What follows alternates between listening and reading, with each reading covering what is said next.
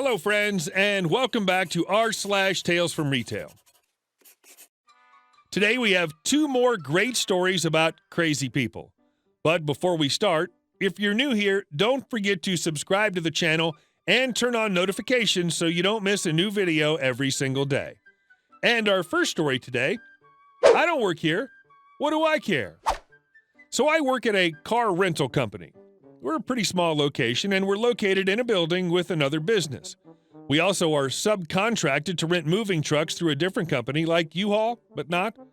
Our business sign on the street is really small and kind of added on like an afterthought, so we're a little hard to find, even though we're on a main road.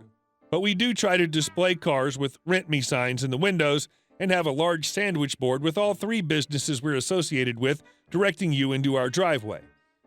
Unfortunately, the sandwich board and bright yellow sign in our window are the only things that let you know we rent other companies' moving trucks. We also have no parking space to keep these trucks in front, so we have to park what we have back behind the building, and they're not visible from the road. This leads to a lot of people being flustered about not being able to find us. Normally, people get over it, but sometimes they take their frustrations out on us, and occasionally they like to be compensated. We get it, but our business name and address is pretty visible, and that's where they direct you to when you book a truck. So Friday, we had two reservations for trucks in the morning, one at 8, the other at 9. The 8 had not shown up yet, but the 9 came in, and I was helping them and walking them out to inspect and go over the truck when the lady with the 8 a.m. reservation shows up. She's a little PO'd that I don't help her immediately, but oh well, I'm in the middle of something. My coworker comes in to start her day and gets right to helping her, so she didn't really need to wait long. I finish with my customer, and my coworker is checking out the truck, so I hear the tail end of their conversation. For simplicity, CW will be coworker, and 8L will be the customer. CW. So the truck goes out with a full tank of gas, and it just needs to come back with a full tank, or the company charges $8 a gallon. 8L. I'm not paying for gas. It cost me an hour of moving to find this place, and I'm only going to go 10 miles. My coworker argued for a moment and then told 8L that she wouldn't charge for gas if it was over 3/4 full. The lady also was planning on returning after hours and using our key box. The key box is next to our front door, so lots of people try to park wherever and ignore all of our assigned parking signs. It's a big mess in the morning and annoying to the other businesses in our building. CW. When you come back, just please park the truck in the back of the building and bring the keys up to the front door, as parking the trucks up front really inconveniences the business next door, and they're open much longer hours than us. 8L. Okay, I don't work here. What do I care? That's inconvenient to me, and I don't have to deal with it. Besides, you should park the trucks out there, pointed to the other business's driveway, so that people know where to go. I spent an hour at business and lot next to us, and when I finally got someone to help, they acted like they didn't know where you are. They do. They rent cars from us. They probably didn't like you. You should keep one there permanently. When I come back, I'll just leave it out there. My coworker and I were in disbelief, and she went out to inspect the vehicle. When my coworker came back in, she tried to tell me to remember not to charge for gas when I check it in the next morning, but I told her if she parks like an a-hole after she was asked nicely, I'm charging her for every single gallon of gas she uses. I don't know why people expect to be rewarded for bad behavior, and I try not to indulge it as much as possible. Luckily for her, she returned in the afternoon to my coworker. How would she like it if I delivered a bunch of boxes full of paper and envelopes to her business and left all the boxes piled up in the entrance, blocking her way and giving her a ton of work to get it cleared up?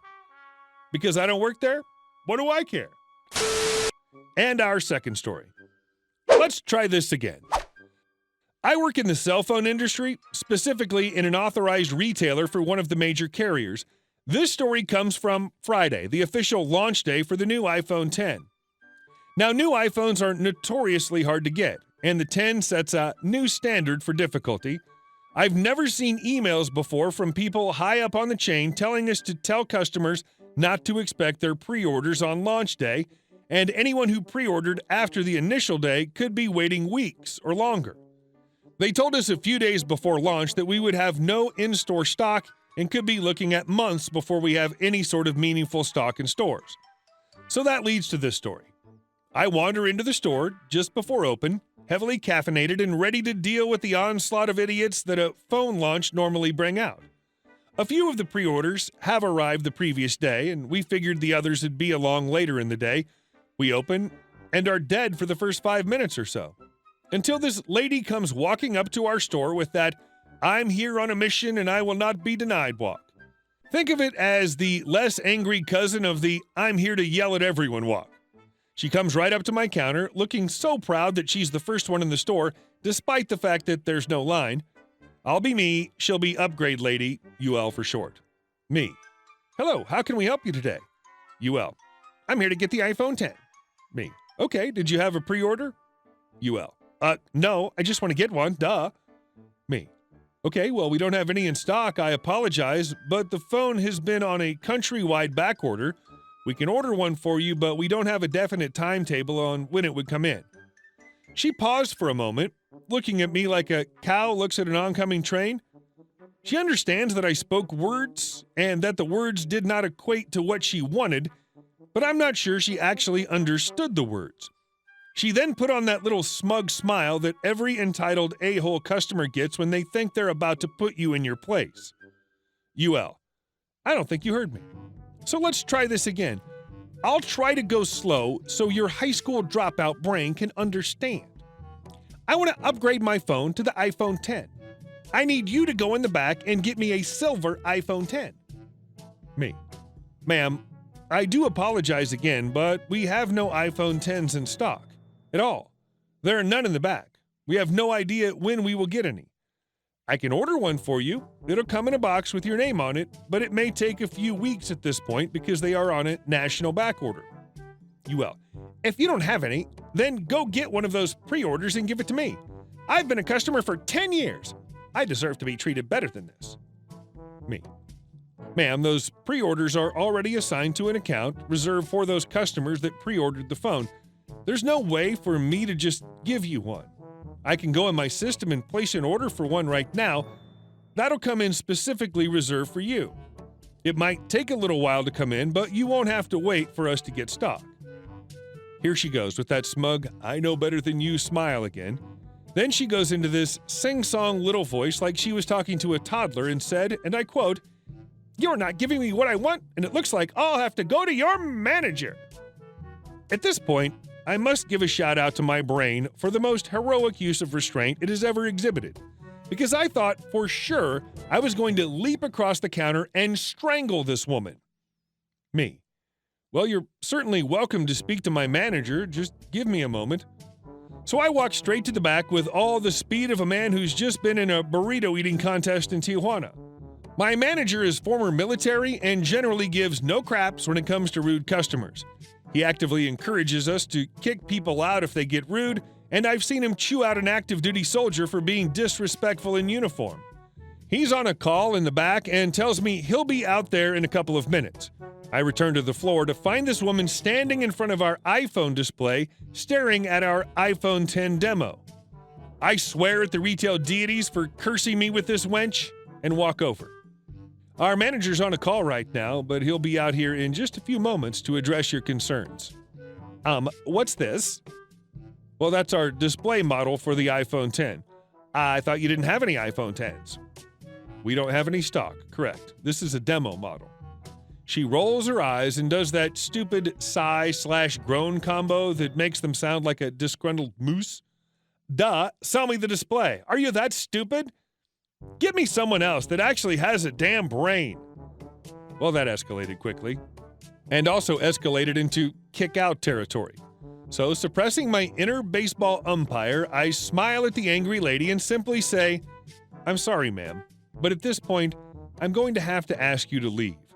I've given you every reasonable solution to your problem that I can, and you've been nothing but rude." There's that cow in a train look again. She looks me in the eyes and screeches at me, not screams, screeches like an eagle with its privates caught in a mousetrap. "Get me a effing manager, you effing moron!"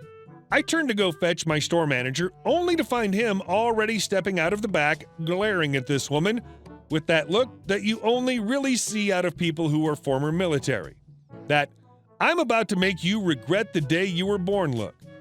I nearly bit a hole in my lip trying to hold back the smile. Me. Manager, she'd like to speak with you. She launched into a tirade about my rudeness and incompetence, swearing like a sailor. She insulted the store, the carrier, the Pope, the entire cell phone industry. He just stands there with that same stoic look on his face. As soon as she stops for a breath, he says in a calm, deep voice, "Ma'am, after seeing how you treated my associate and how you've just treated me, I'm going to have to agree with him and ask you to leave. Once you calm down, you can come back in and we'll see if we can find a solution that's acceptable for all parties."